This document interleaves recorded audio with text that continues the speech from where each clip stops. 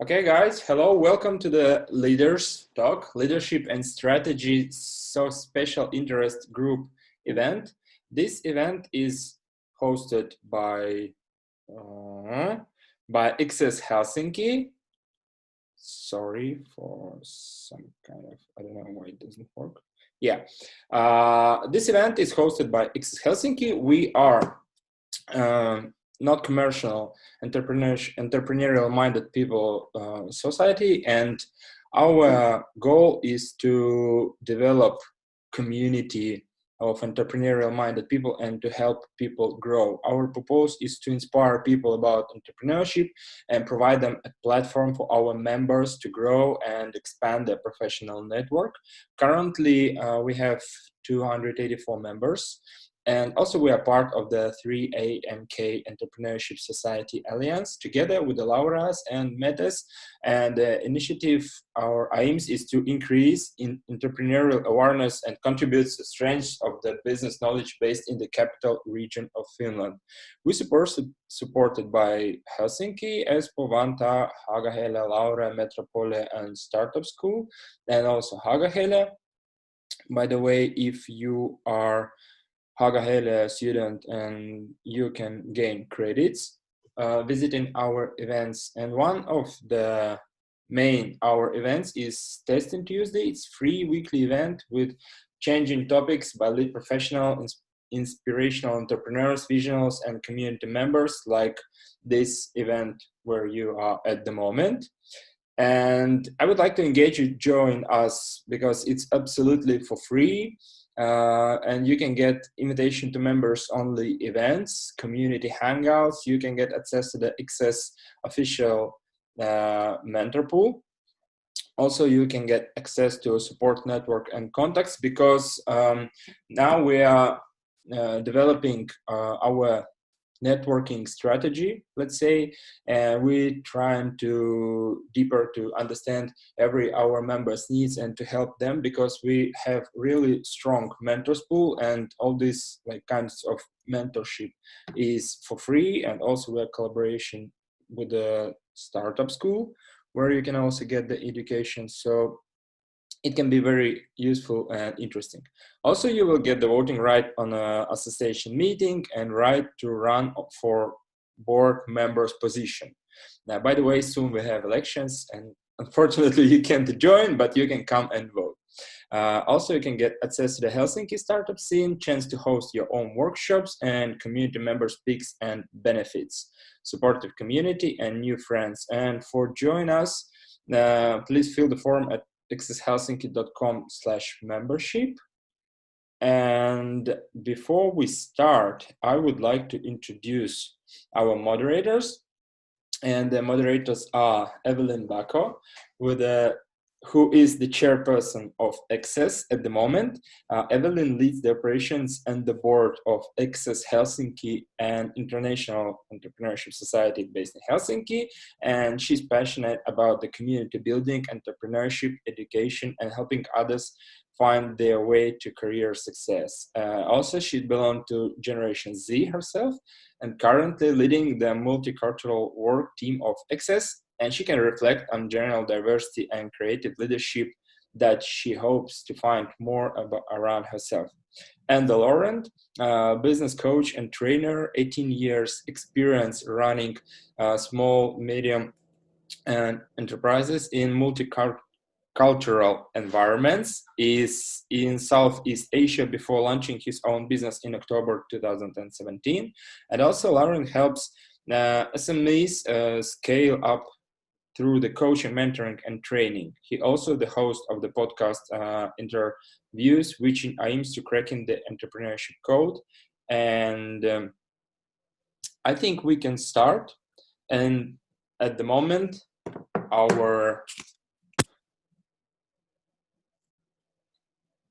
Okay, guys, do you see my screen? All right. Yeah. Yes. Yes, I can stop. Yes. All right. Thank you. Thank you, Sergey. Every time you make that introduction, I feel so important. Yeah, that you are. Thank you all for attending our event today. Welcome. Like Sergey said, my name is Laurent and I will be your co-host together with Evelyn today. Please, before we start, but I think it's already done, make sure that your mics and video cameras are turned off. We will be using the chat today to ask questions. Please don't hesitate to ask questions at any time. The Leadership and Strategy Special Interest Group that is hosting this event under XES Helsinki was created to do two things: promote leadership done right and encourage business leaders to elevate themselves. Now, when we think about leadership, of course, we have to think about generation. And so today we thought that we would address that very relevant topic of the digital world that we live in, the generation question and its implications on leadership. Like I said, before we open the discussion, please don't hesitate to ask questions to our panelists at any time throughout the chat. Evelyn and myself, we will be watching that space. You can also wait until the Q&A session at the end. So today we have asked three amazing panelists to help us talk about generation, and let me now turn to Evelyn so she can introduce each one of them. Thank you, Lauren, and thank you, Sergey, for the introduction. So I'm very happy to be here with these three amazing women and to learn from them. We have here Marina, who is the CCO of the Next Generation or NextGen project. I believe that's how you say it. And she's also a TEDx speaker. And if you haven't seen her TED Talk, I really recommend you to watch it because it's very inspiring. So welcome, Marina. We also have here Sofia, who is the co-founder and CEO of Finders and Seekers. And I read that Sofia is very passionate about diversity in recruitment. So hopefully you can maybe tell us more about that, or generational diversity and topics like that. And we have also here Roosa, who is the head of cloud and data of TietoEVRY. And I'm very excited to welcome you all here. Thank you for joining. Laurent, would you like to start with the questions? Maybe we can kick off this panel. With pleasure. Thank you, Evelyn. All right, first question. So when I think about the generation question, the first thing that pops into my mind is that there's always been several generations working together within organizations. For instance, my parents, they are part of the baby boomers generation. I'm Gen X, the old school, and apparently we have one more person today. But over the recent years, I really feel that there's been a lot of buzz, around millennials and then the Gen Z. So my questions are, why is that? Why are they so different than other generations? And what's the impact on leadership? And I would like to start with Marina, please. Sure. It's a very interesting question, right? And as I was saying kind of yes to this invite, I thought, it's also a very sensitive topic, because I think what we want to be mindful of is not to fall into ageism, which is a form of discrimination, right? So, we don't want to stereotype and say, okay, people in this age group are like this and in the other group are like this. But I think what I would say is, us as human beings, we are influenced and shaped by the environment. And I think the reality is the pace of change of everything around us has just been much, much higher, in the last decade or so than it has been perhaps 20 or 30 years ago, right? So as a result, the way that new generations think, what they value, what they're looking for, what they're aspiring for, is simply, there is a bigger gap, right? There is a much higher change that happens from generation to generation. So I think the pace of that change and evolvement in a way is just also higher as a result, right? So I think it has happened before as well. It just wasn't as obvious because we wouldn't see the direct difference between two kind of generations one after the other, right? It will be an evolution that would happen over multiple generations.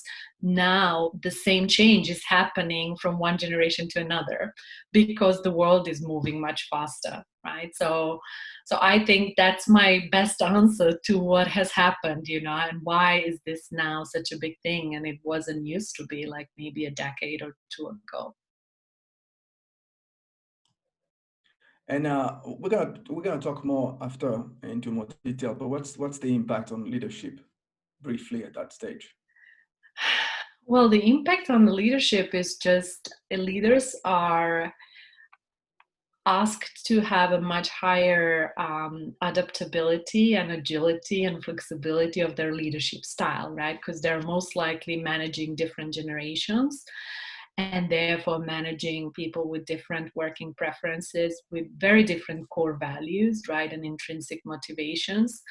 And so back in the day, one leadership style might have been kind of a fit for all, and now that's not the case anymore, right? So great leaders are those that are able to really adopt their leadership style depending on who they have in front of them. So have that really high emotional intelligence and understanding, you know, who is the person in front of me, regardless of what generation really. But now that there is a much higher diversity in front of us, we need a much higher diversity of leadership skills and adaptability. All right. Thank you, Marina. Let me now turn to Sofia. Same question for you.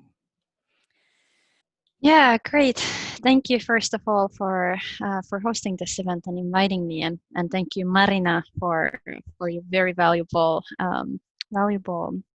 comments. I think like actually that was a lot what I wanted to say as well, and really stress out the importance that as you said, like it's not so that like all millennials or Generation Z that they're all just the same. They are also individuals who have very individual preferences, and it's important to not also put everyone in the same bucket. But as human beings, I think we have a very intrinsic motivation to understand people and to categorize them, to put them into certain box, to be able to better understand their behavior and their opinions, their values, and so on.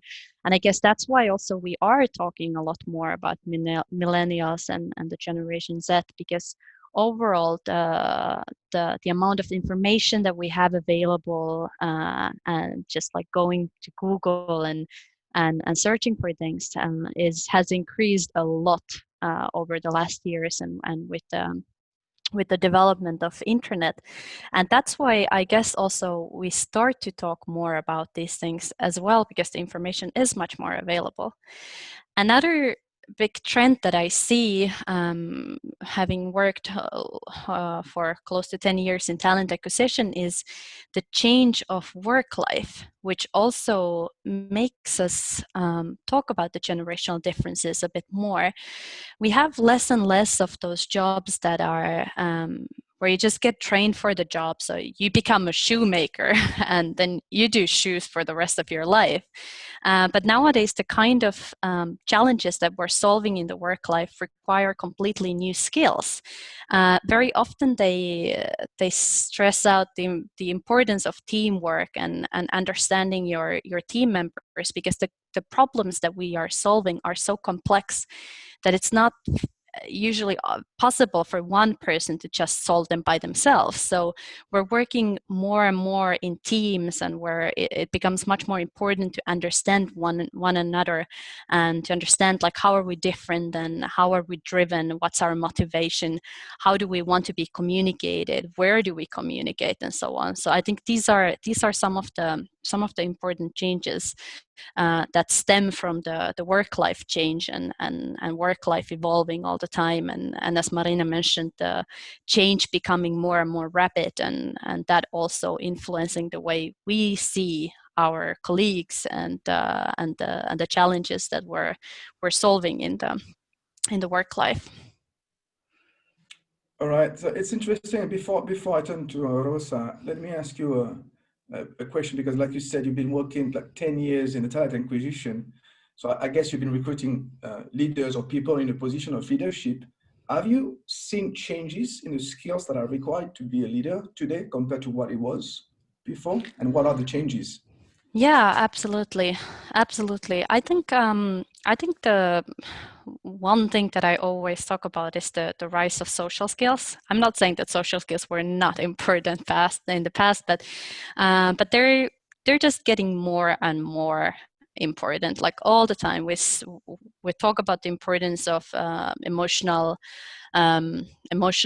understanding, or like able to the ability to understand other people's emotions, the ability to create psychological safety.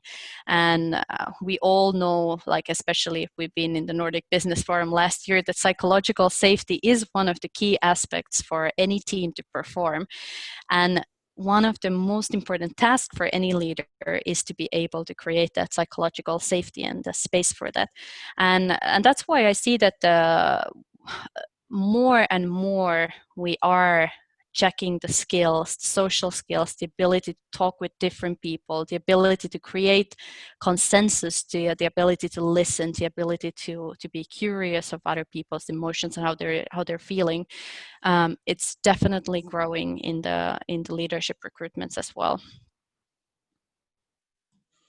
All right, thank you. Roosa, same question for you.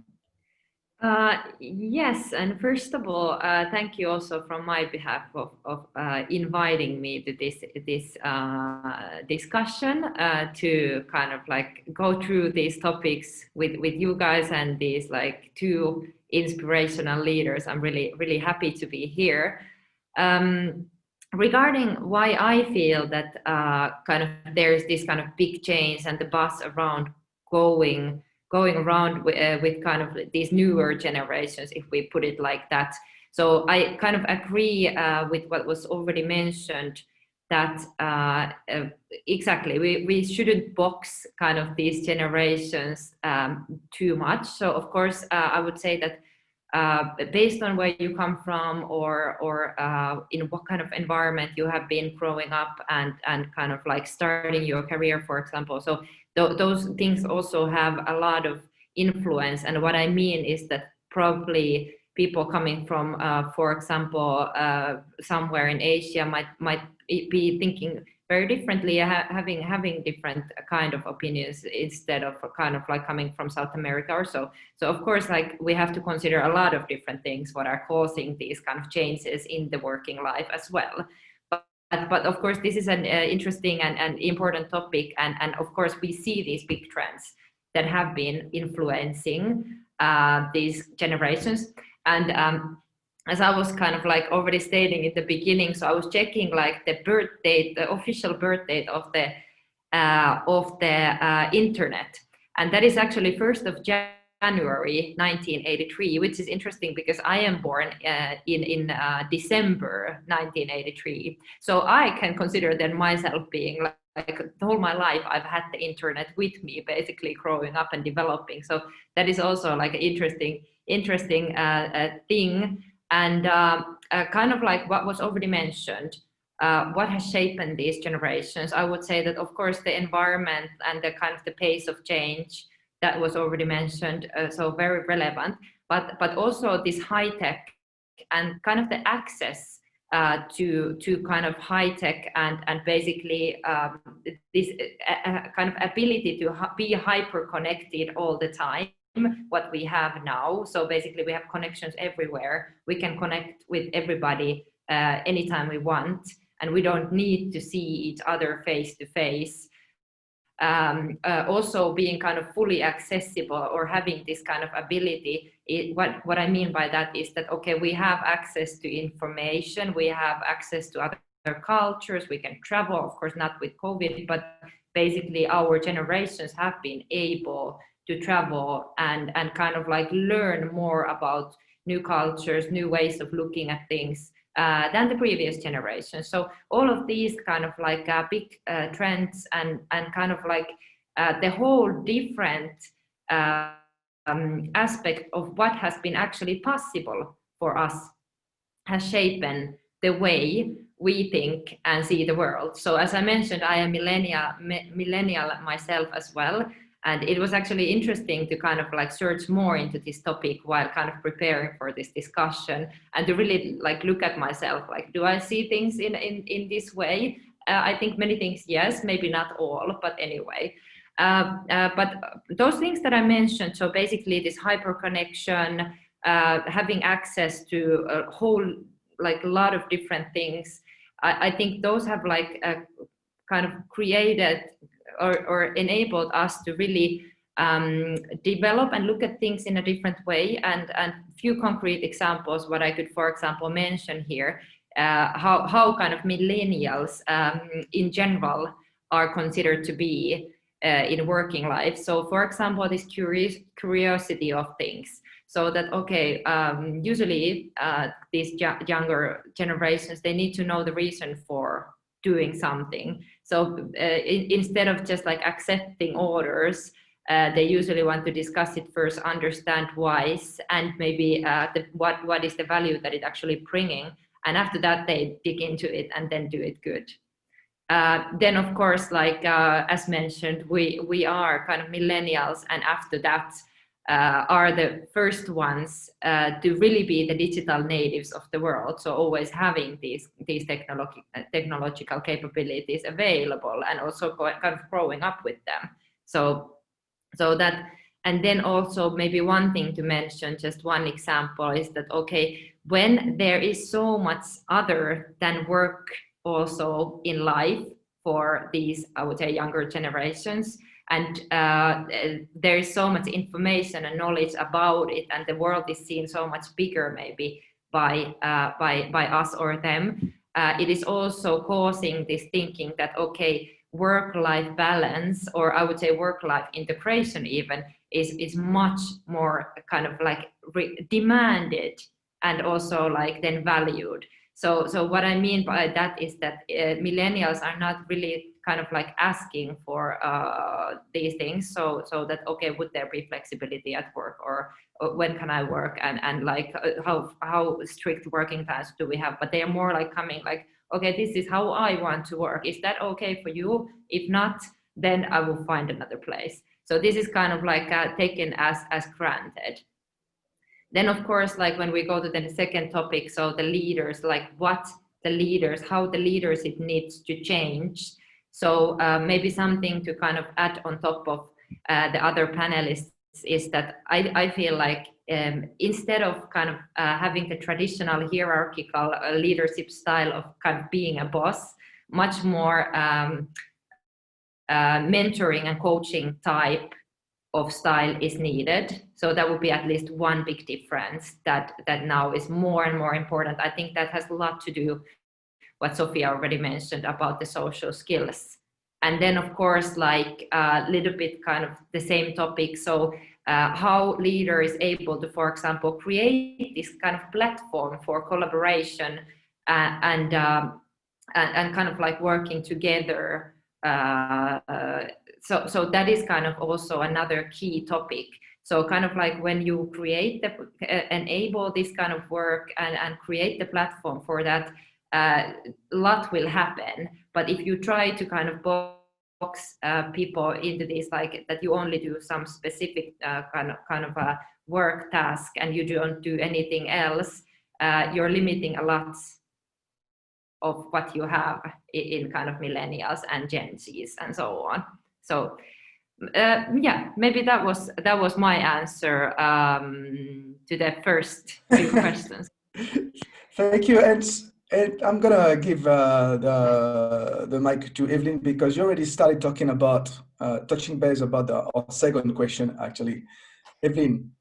Yes, it's actually a very good transition to our second question, which is to and we've been talking about leaders a bit here, and my question is that what do you think is the kind of main difference between this new millennial or Generation Z leaders and the older generations? And of course we've been talking that we don't have to put these people into boxes. So I'm not asking like, you know, their personalities and things like that, but kind of like these changes that you mentioned that have been happening around the world. How does that affected these new leaders and these young leaders that you are also? So maybe we could start now with Sofia, if that's okay. Sure. Yeah, I think it's one of my favorite topics. I absolutely love to discuss leadership, and especially this generational differences. I was just talking with my two uncles some time ago, and they belong to the boomers generation. So they were born straight after the Second World War and in the 50s, and they were just telling me some stories from, like, you know, from their years in when they were working in the bank sector and in the engineering, and they both came up with the stories where the boss had just like rushed into their room and told them to do something, and they were like, wow, like I don't know what to do, and but I can't really ask my boss like what to do, but I just need to figure this out, and I need to, you know, stick to it. And they both seem to appreciate this type of leadership.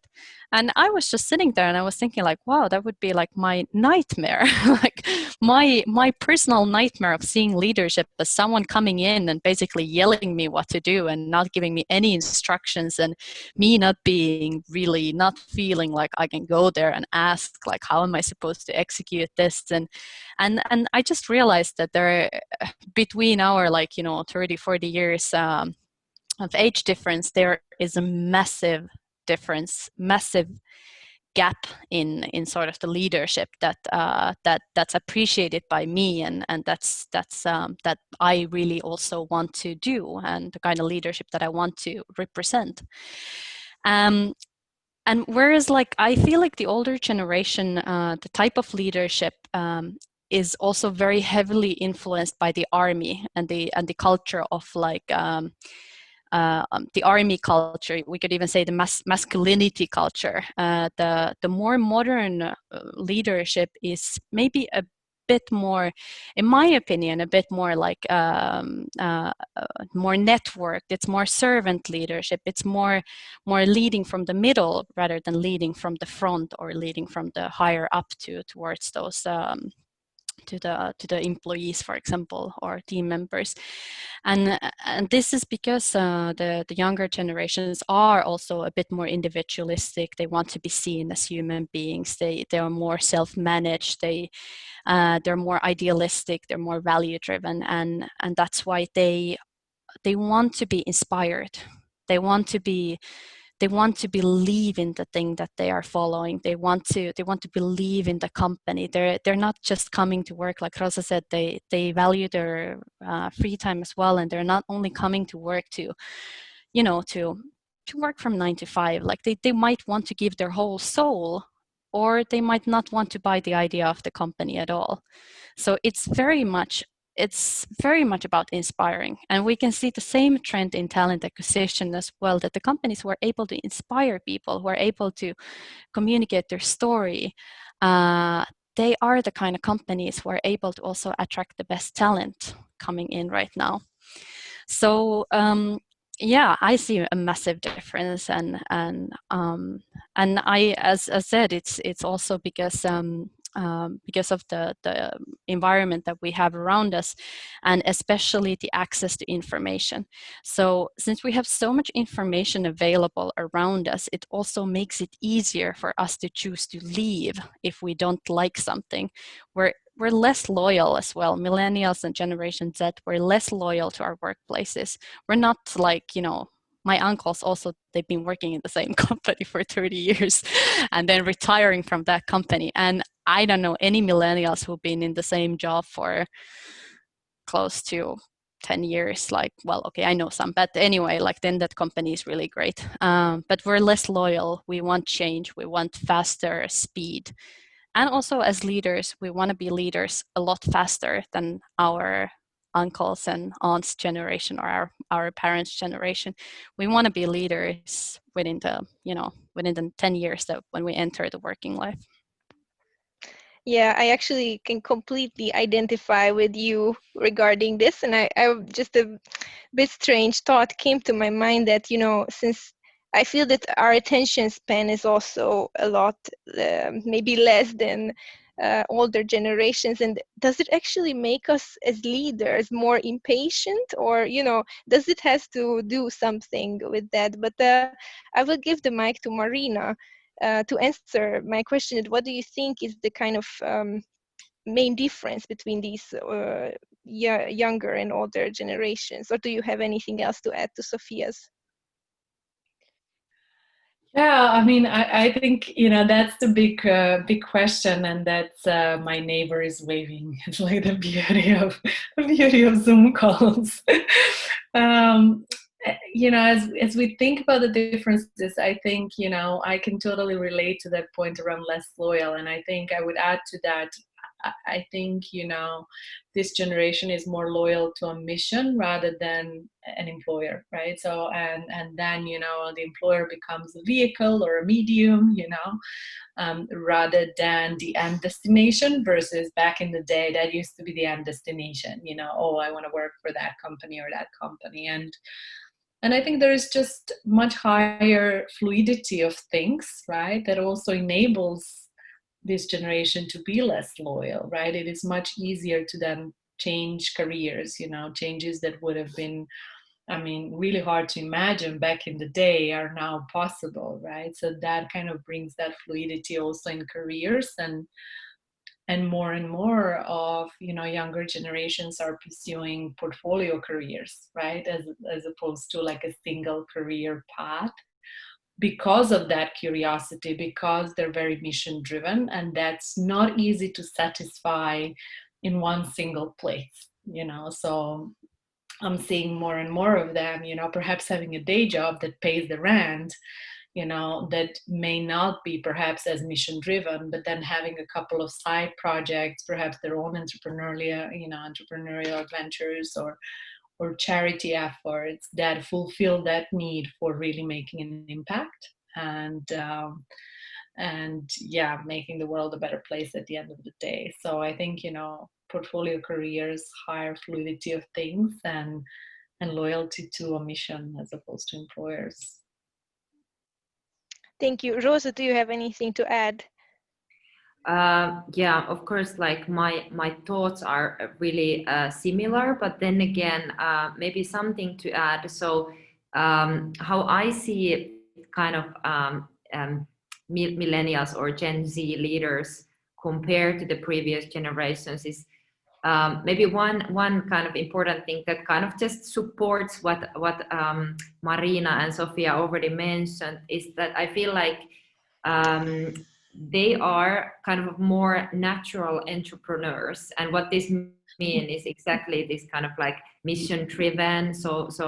And that makes you then of course really passionate about what you're doing, and also how it then changes, so that okay, maybe then you also are, for example, one thing that I've noticed in myself now, comparing to myself to other leaders that might not be, or might be from different generations at the moment who I work with, so that I am, for example, much more kind of willing and kind of like really wanting to speak out, so kind of also like really telling out loud what you feel, and of course like wanting to change things. I think also what Marina mentioned in the beginning about this like pace of change has made us to really kind of be the change as well. So it's very natural for millennials to kind of be the ones who are constantly looking for new ways of doing things, so like kind of like thinking innovatively, and also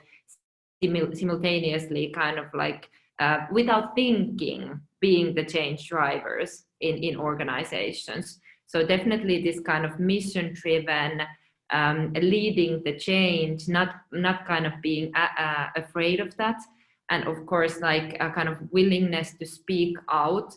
And then this third part, maybe, or last point, what I would like to emphasize in kind of like how I see the differences is this inclusiveness. So actually leading kind of from the center, like Sofia put it, kind of being seen as an individual, being seen as a person, like belonging to the group, even though you would be the leader. So kind of, and also like doing your own part. So I think this is also maybe a little bit of change kind of compared to the past, more this hierarchical type of leadership. So really kind of like being part of the work every day, and kind of being visible, and also that way kind of seeking inspiration yourself. So also like how I see very important, and what I've noticed is that, okay, younger people, they constantly want to learn.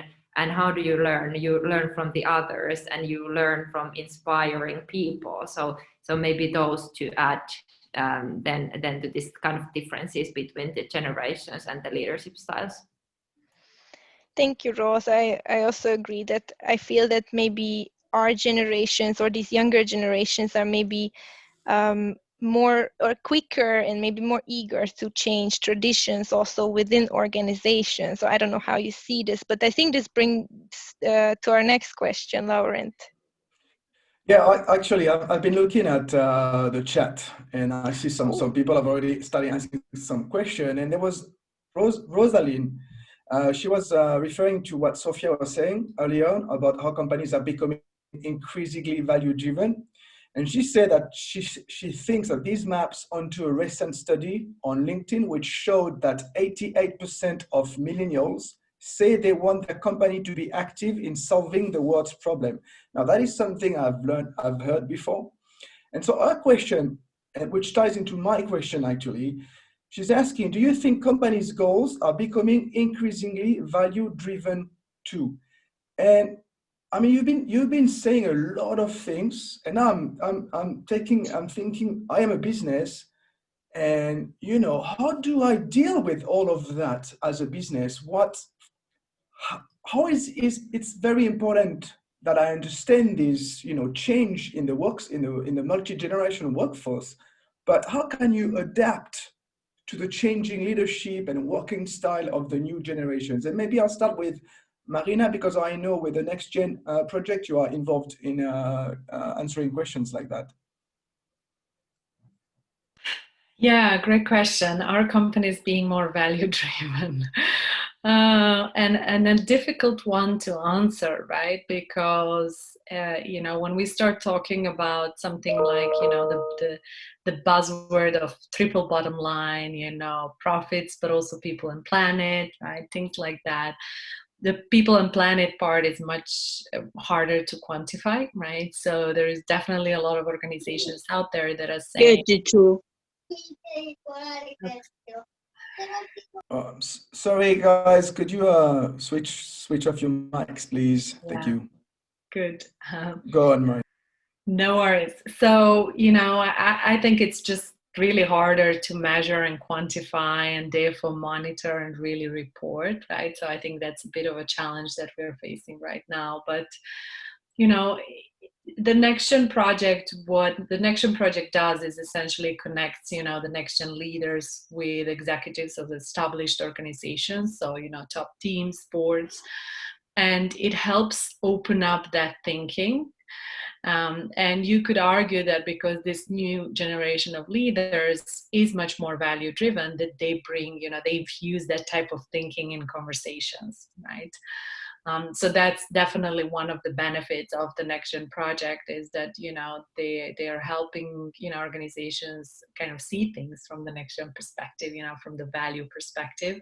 But not only, right? I mean, there's other elements like what we talked about, you know, just you know, tech savviness, innovation, disruption, like all these things are much more part of the DNA of younger generations, right? Just because, yeah, we grew up with it. It was part of, you know, it was a must have or a must do, right? It was not really optional. It's just a part of the daily business nowadays, right? So we don't really know, and we don't remember times when everything stood stale for decades. You know, we don't know what it looks like, right? So I think there's a little bit of that happening, but to be honest, it's definitely not where we would want it to be. And this is one of those big big changes that are going to take a lot of time, unfortunately, right? Because it goes so deep into the organization, right? If you want to shift your organization from a profit-driven to value-driven, you know, what does that mean? What does that mean in terms of who you're hiring? What does that mean in terms of how you're really assessing your people, right? And assessing your talent. What type of KPIs are relevant, right? How do you measure that? How do you report externally? Who do you report to? Are you only reporting to your shareholders, or are you reporting to other stakeholders in the society that you're trying to please, right, by some of the actions that you're doing, and so on and so forth. So, you know, it's a change that goes into basically every single piece of the organization, and therefore it's going to take a long time. But we're certainly seeing the beginning of it in many organizations. All right, let me now turn to Roosa, because you work for this big company, Roosa, and you have I know that you're also in charge of a big department with several generations across the board. So how do you do that? How do you do what Marina was just talked about? You as a leader. Yes, this is a good question, because there is no probably like right answer how to really do that. But basically, when we think about kind of, for example, my team that I am leading, I have about 160 people there, and since we're talking about kind of like IT consultancy, so naturally, as you said, we have people from basically all generations that are in the workforce right now in my team. And I would say that for younger ones, of course, like said, you really need to be able to kind of understand, first of all, the situation. So I think that is the key, so that you know, and kind of like you actively remind yourself all the time that there are different kinds of people and different kind of types of generations that you need to lead, and one way of doing it is not enough for all.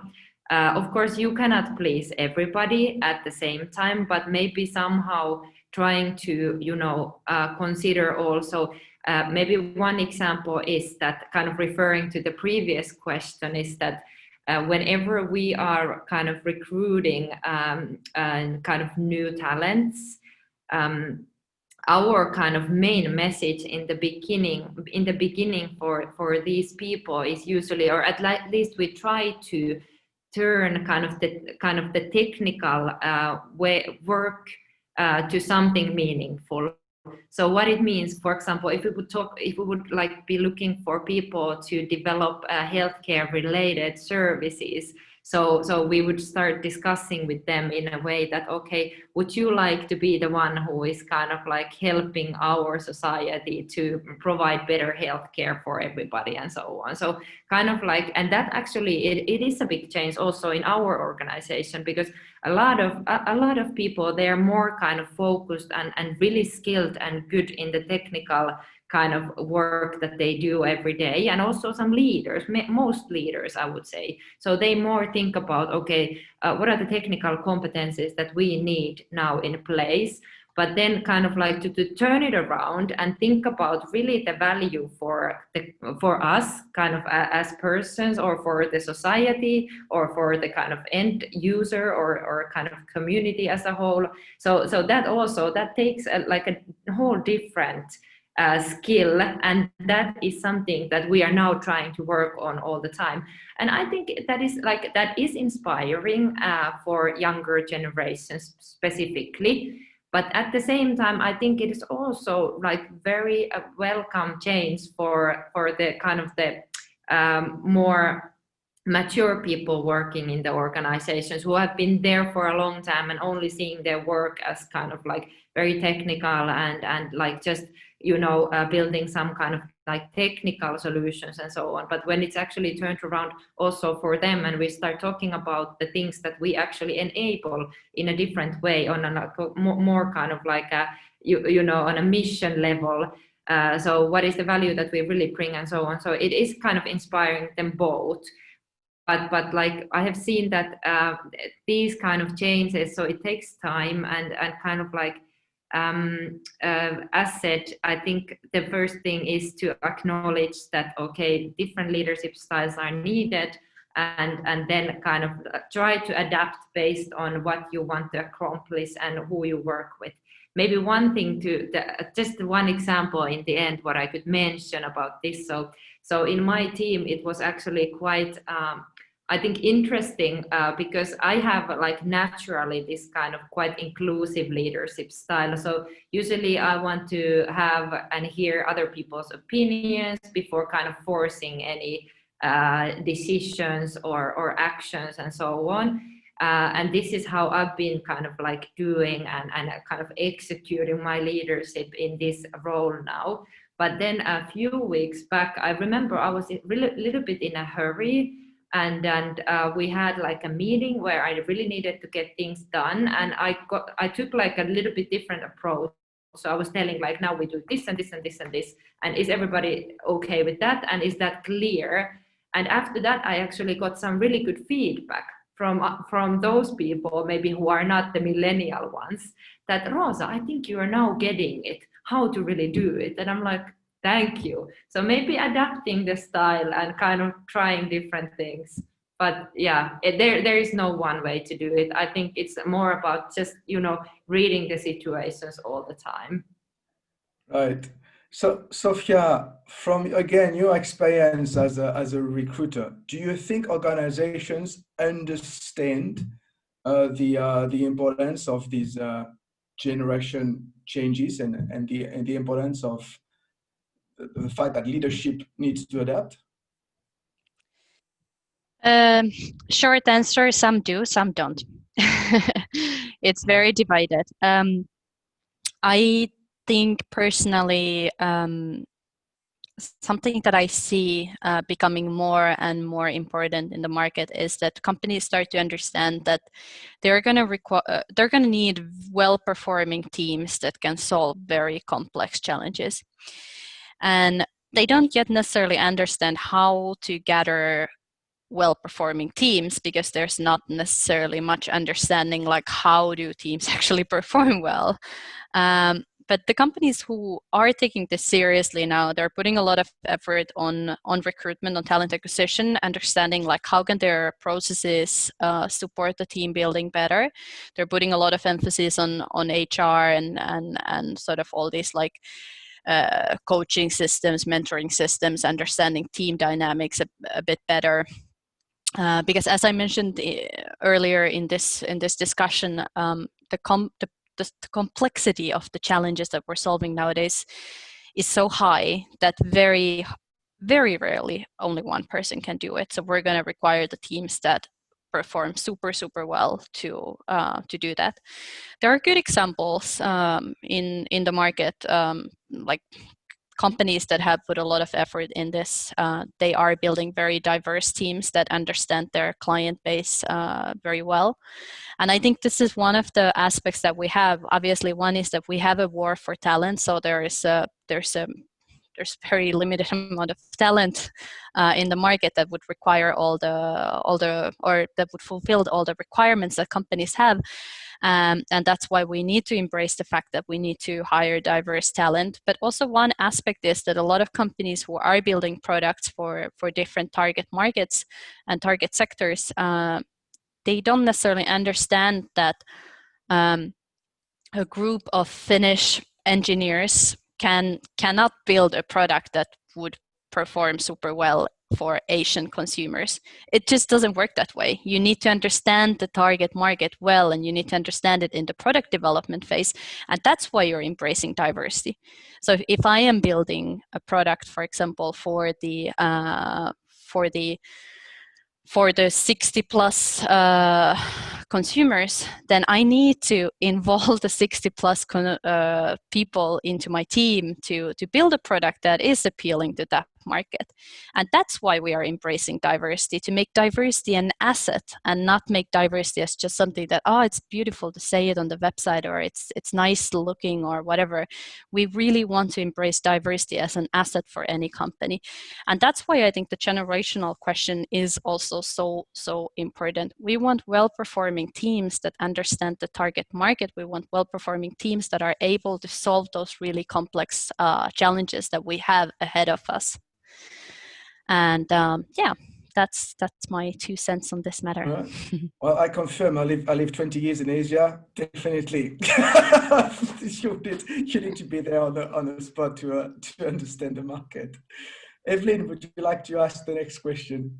Yes, I'm actually I'm wondering if Marina, because Sofia, now you mentioned that kind of why we need to engage in generational diversity. But from Marina, I would like to ask that how these organizations can do this. How can they see this as an opportunity? Because we've been discussing that we are very different, and of course it can be very challenging at some point if organizations have a very diverse workforce in terms of generations, and if you as a leader lead a team with different generations in it. So how can organizations on an organizational level, how can they see this as an opportunity, and how can they kind of how can they create this environment? Yeah, I mean, I think, when it comes to generational diversity, I honestly think any type of diversity is similar in that sense, right? It's about having a seat at the table, but then also, inclusion, of course, right? So how are you making sure you're actually leveraging, that diverse talent that now you have?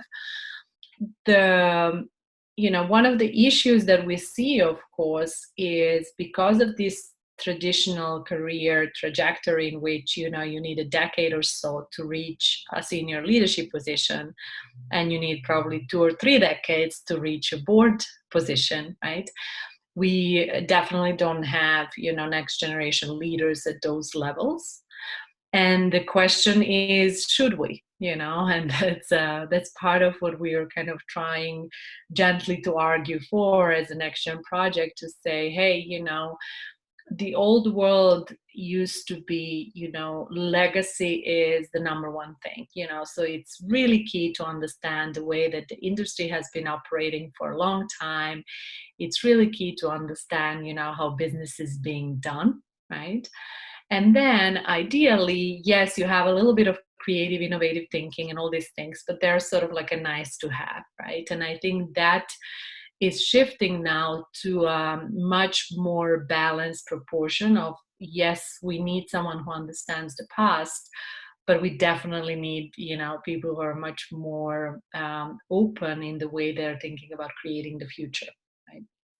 Which is arguably the generation that doesn't have the burden of, here's how we've done things so far, So I think there needs to be more of a balanced dialogue. I mean, particularly, board level, we're talking about average age of 64 plus. So, is that still suitable, right? Are those the boards that will lead organizations in the future and that will make sure that that organization is truly future ready?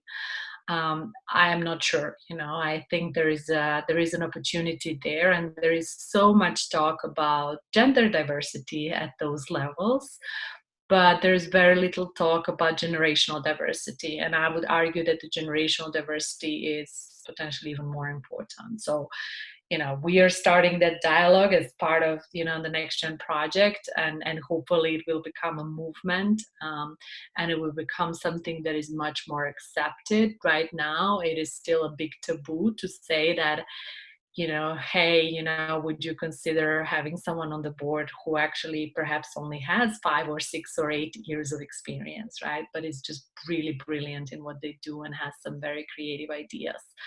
and do they have to have decades of experience if everyone else around the table has probably hundreds of years of experience collectively, right? So if we look at, if we start looking at the team dynamics and board and executive team, at the end of the day, just really being a team, right? Like any other, and you start looking at the skills and the strengths of your team collectively and not necessarily individually, because no one is going to bring everything to the table, then I think we need to start having those type of discussions as well.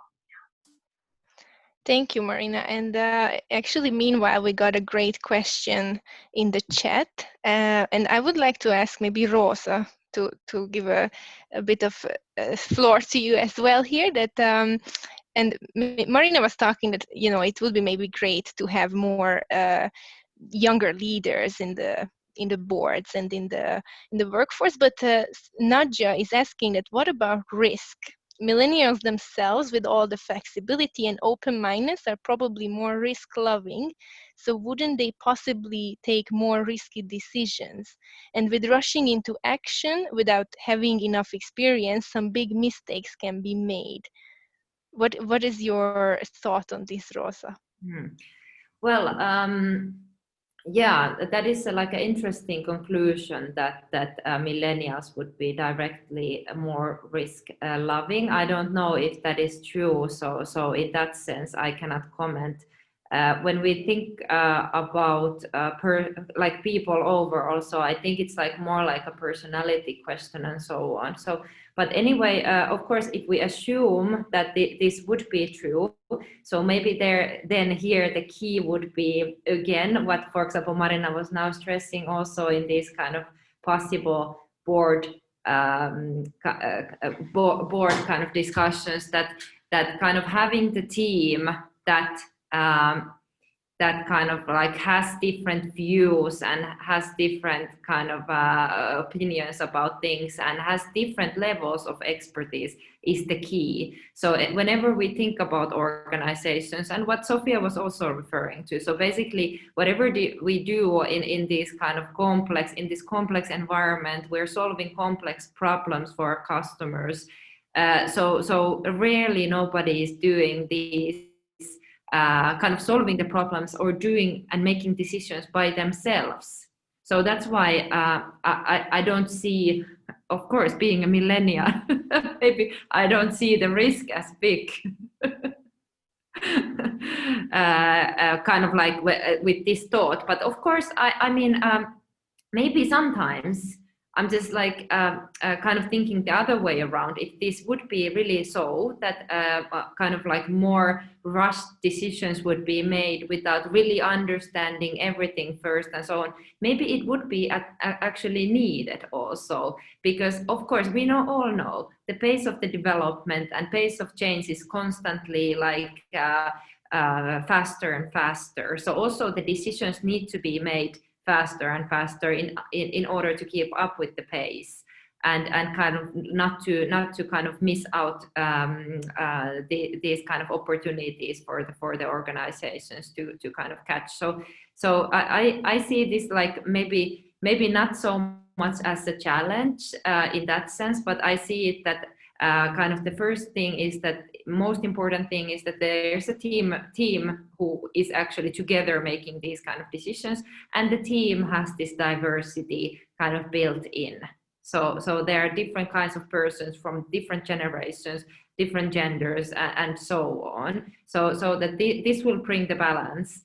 And then also, like, I don't see it as a bad thing that decisions would be made even a little bit faster, maybe in this, especially in these traditional organizations, and even maybe a little bit more kind of just like not understanding all of the things, because anyway, even though you would assume that you understand the whole picture, probably the world has already changed when you make the decision, and actually you didn't.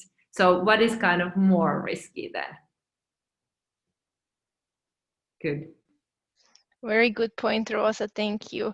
And I'm thinking that should we maybe start wrapping up the discussion and maybe also go through the questions that were in the chat and we didn't ask because they were really good ones. Actually, well, let me jump on that because then there's a question that I think is good for Sofia.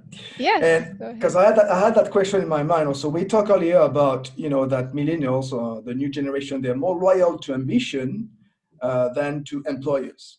Now, assuming I am an employer, that's not really something that I like to hear. And Nadja, also, that was actually our second question.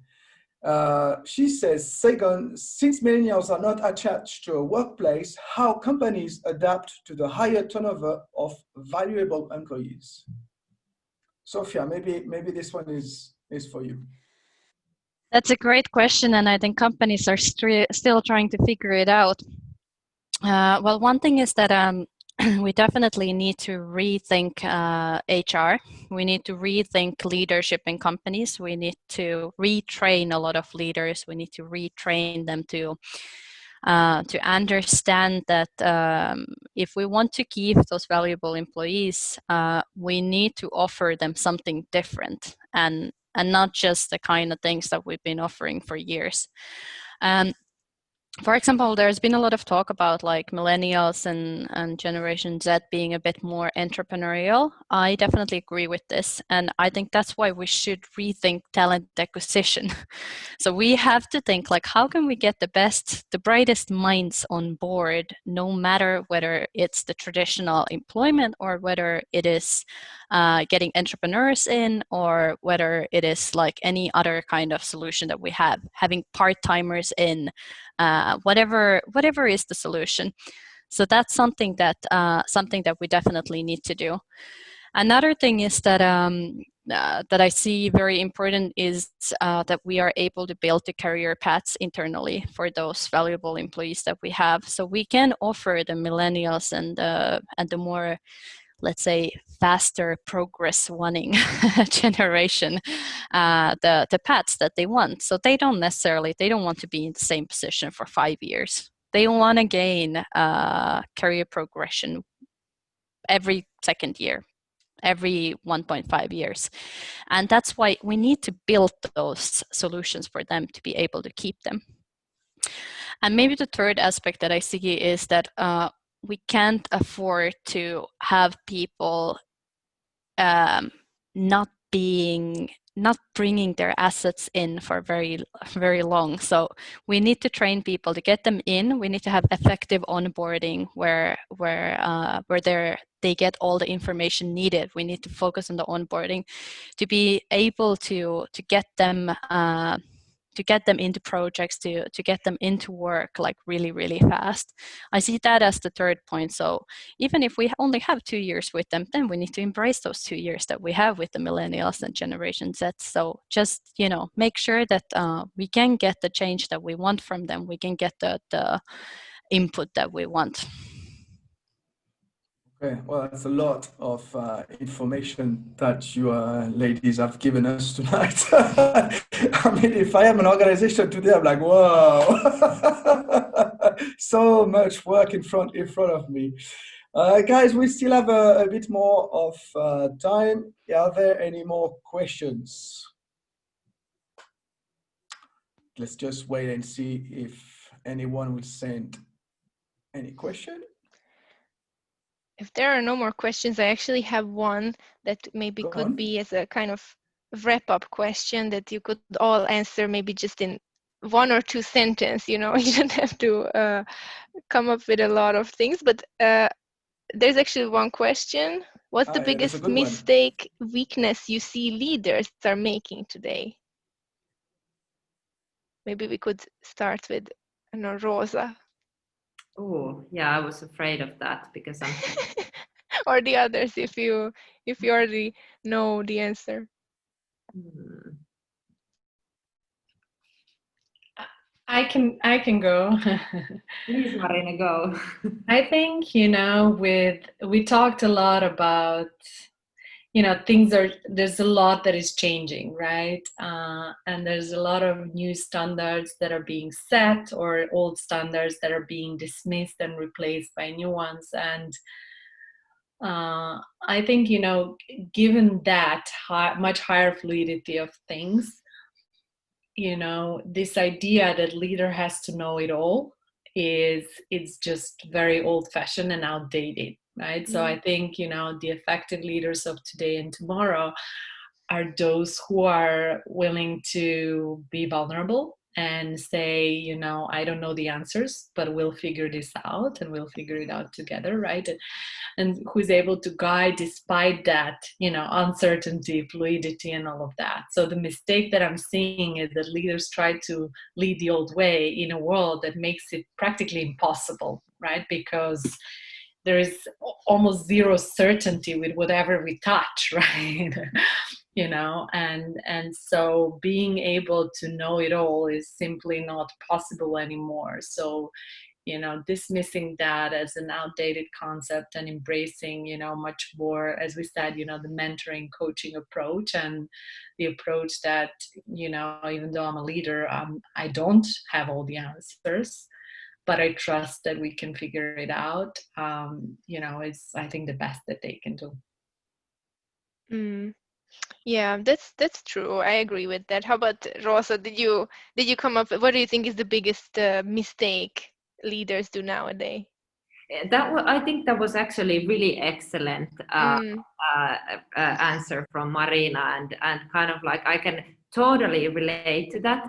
And also, like, I can personally say that this is one of the the biggest challenges, especially being it's sort of like a young leader in this kind of position. So this is actually because then expecting kind of this knowing it all and like too much basically from yourself, and especially in this kind of like a very complex world and a very complex kind of like industry that I, for example, work in. So this is something that should be, and it is good that you, Marina, brought it up. It should be kind of like reminded, and kind of like I should remember it every day, and I think every leader should remember it every day in their kind of work, so that we don't need to know it all. I think actually my old kind of manager before this current role, so he told me, he said, Roosa, I think that you are good and you will do really good in this position because you are able to build the right team around you. And I think this is the key, not kind of like knowing it all yourself, because nobody can know it all. So I can totally relate to that, and also like very good reminder. Thank you. Thank you, Marina and Roosa. And then there is one more question: that would creating ecosystems be helping companies go along with the fast-changing world? Ecosystems can include competitors, recruiters, regulators, youth organizations. Sofia, would you like to answer this? Yeah, I think any kind of openness, authenticity, it's a difficult word, is definitely appreciated nowadays. So any kind of transparency you might have, and I think ecosystems are a great way to also increase that. Yeah, absolutely. I think it's very difficult for us to obtain all the possible knowledge and skills that we need as a company to embrace the change just by having our employees. I mean, we need a lot of other people as well. We need a lot of other minds to contribute to be able to tackle the change. It's just so fast that I think we need to redesign and rethink the whole concept of like business and employment. I think we need to embrace talent and new ideas and innovation wherever it is, and we need to be very open. We need to be very much more transparent with the way we do business in the future. I don't think like this, keeping your secrets and guiding or having everything just by yourself is not gonna make you successful in the future anymore.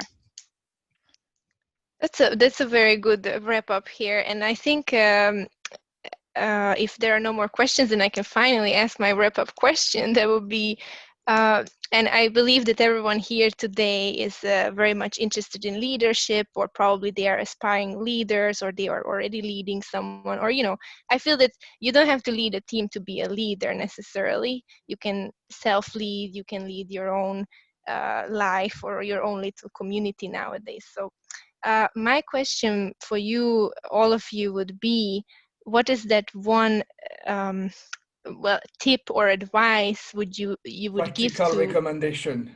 yes, practical Practical recommendation recommendation on how do you continue to grow as a leader? How do you develop yourself? Or after this call that we end here today, how will you continue to grow as a leader? And you can maybe answer this in one sentence if you would like. I will give you time to think. I can start with this one. It's a great question. I love it. Something that I've been reflecting a lot, that's reflected on diversity and inclusion as well lately, has been this great quote that we should not listen to reply, but we should listen to understand. And I think this is something that I am practicing nowadays a lot more, is to, when someone is telling me something, I'm not responding immediately, but I'm taking it in and I'm trying to understand where the person is coming from and only reply then. And that's how I feel like I can create a lot more inclusive workplaces as well, and not just react on other people's comments, or but actually reflect them and get back to them with more digested answers that are more inclusive. Yeah, that's a very good advice, and I should also probably practice that. Thank you, Sofia. How about Roosa? As a coach, I love it. Yeah. Yeah, and me too. Really great. I kind of like, when you asked this question, I wrote down 2 words, and they're humble and listen. So kind of like having the same idea as Sofia, but you put it in a much nicer way. So to really listen and then understand people. So I think this is the best way to develop yourself as a leader. So kind of like put you're in the position of the other person. And then of course, like being humble, really like always like taking people as people. I think this is also the best way. Also kind of to develop the organization or the community around you. That's a very good answer. Thank you, Roosa. And Marina, how will you continue to grow yourself and develop as a leader after this call? You're mute, so we cannot hear you. Yeah, my answer is a bit biased. You know, as Lauren, being a coach myself, I continue working with coaches. So I just think that, you know, that external perspective allows me to continue to uncover the blind spots. I'm finding that there's limits to self-reflection. I think self-reflection is fantastic, but there's limits to it. And at the same time, I'm a strong believer that whatever got me here won't get me there, right? So in a way, I am standing in my own way. So I keep getting support, to be honest, to help guide me, you know, to that next level of leadership or whatever else I'm working on. Yeah, thank you. I think that's also a great way to kind of wrap this up, and very good takeaways, I think, for all of us here. And I don't have personally any more questions, and I don't see more in the chat, so I think we can maybe just go on with our days and, you know, take these thoughts with us and develop as leaders in our own lives. And I would like to thank you all, Roosa, Sofia, and Marina, for joining us today. It's been really great, and I love this topic, and it's amazing because I feel that we don't talk about it that much nowadays. So thank you so much for joining, and also Lauren for inviting me to co-moderate this discussion. It's been great. Thank you, guys. Yes, it's been absolutely wonderful. Thank you, Sofia, Roosa, Marina. Thank you, everybody. I see a lot of very nice comments in the chat now. We will this session has been recorded, so we will post it on social media very soon, I guess, and send it by email. And please watch out the space. Continue subscribe to or follow XES Helsinki. We will do more events like this next year. Thank you. Thank you. Thank you.